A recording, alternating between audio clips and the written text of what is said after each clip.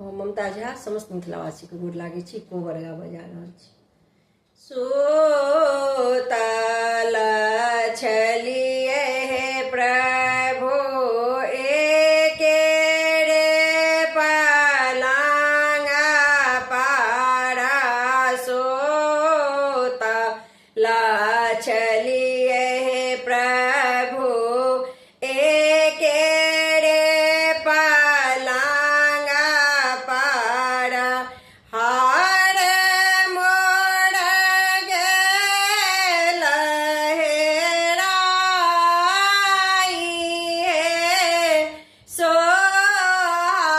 सोहावन लागे हार मोड़ गेल हेराई हे सोहावन लागे नाही घर सासु हे प्रभु नाही घर ननदे नाही घर सासु हे प्रभु नाही घर ननदी हार मोड़ गेल हेराई हे सोहावन लागे हार मोड़ गेल हेराई हे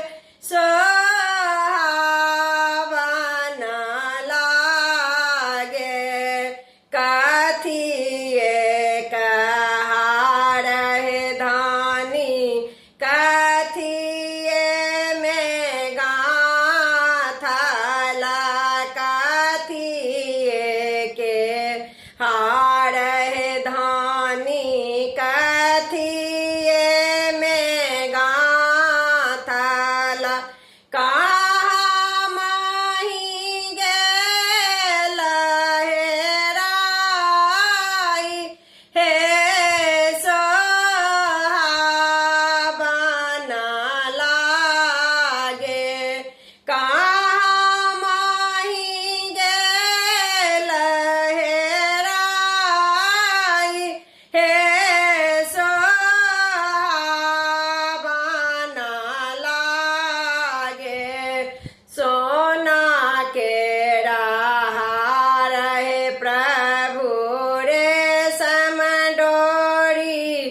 गाथल सोना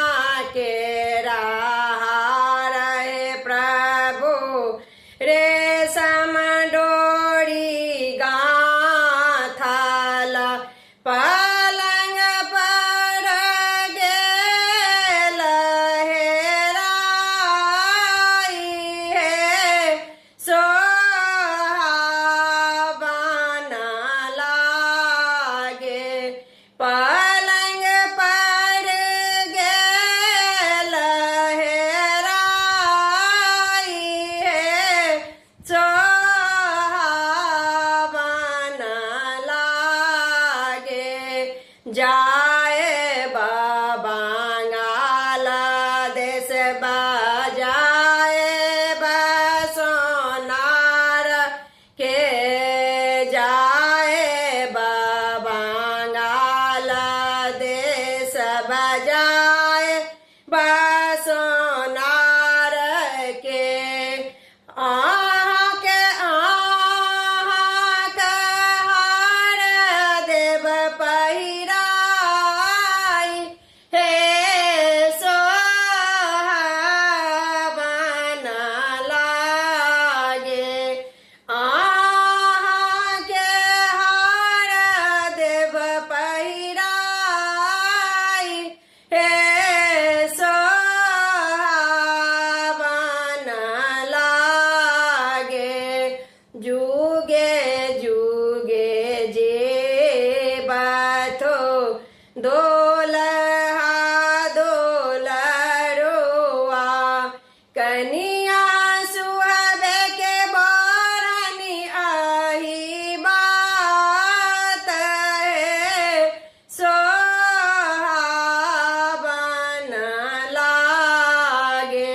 धन्यवाद।